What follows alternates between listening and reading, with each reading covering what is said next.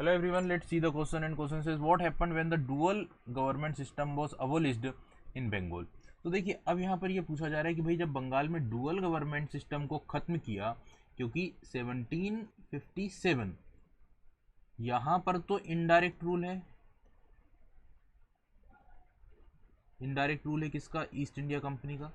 लेकिन 1765 में क्या हुआ, डुअल सिस्टम शुरू हुआ रूलिंग का, यानी ईस्ट इंडिया कंपनी भी कुछ काम संभाल रही है और कुछ काम बंगाल के गवर्नर जनरल संभालते हैं।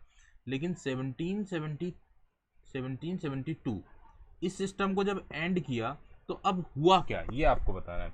तो भाई अब आप इस बात को समझिए कि यहाँ पर तो जो शासन के राइट्स थे वो कुछ नवाब के हाथ में थे, ठीक है। रूल की जो कुछ पावर्स थी कुछ तो नवाब को दी गई थी और कुछ EIC के हाथ में थी।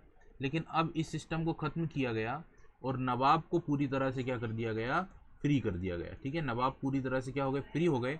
और जो फौजदारी के मामले नवाब के पास थे वो भी किसके हाथ में आ गए, EIC के हाथ में आ गए। यानी अब कंप्लीटली पूरा का पूरा जो रूल है वो किसके हाथ में आ गया, ईस्ट इंडिया कंपनी के हाथ में आ गया है। और नवाब को फ्री कर दिया गया और नवाब को सिर्फ और सिर्फ क्या दे दी गई, पेंशन दे दी गई कि भाई अब आपको हम क्या कर देते हैं, पेंशन दे देते हैं। एक फिक्स अमाउंट इनके लिए डिसाइड कर दिया गया है कि this will be your amount और पेंशन, तो आपको इतनी पेंशन दे दी जाएगी और अब आपको यहाँ पर सारे काम से क्या किया जाता है, फ्री किया जाता है।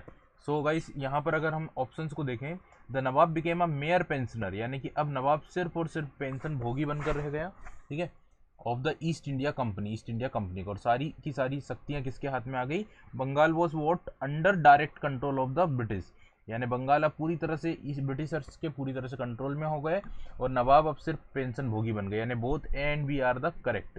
आई होप आप लोगों को ये कॉन्सेप्ट क्लियर हुआ होगा।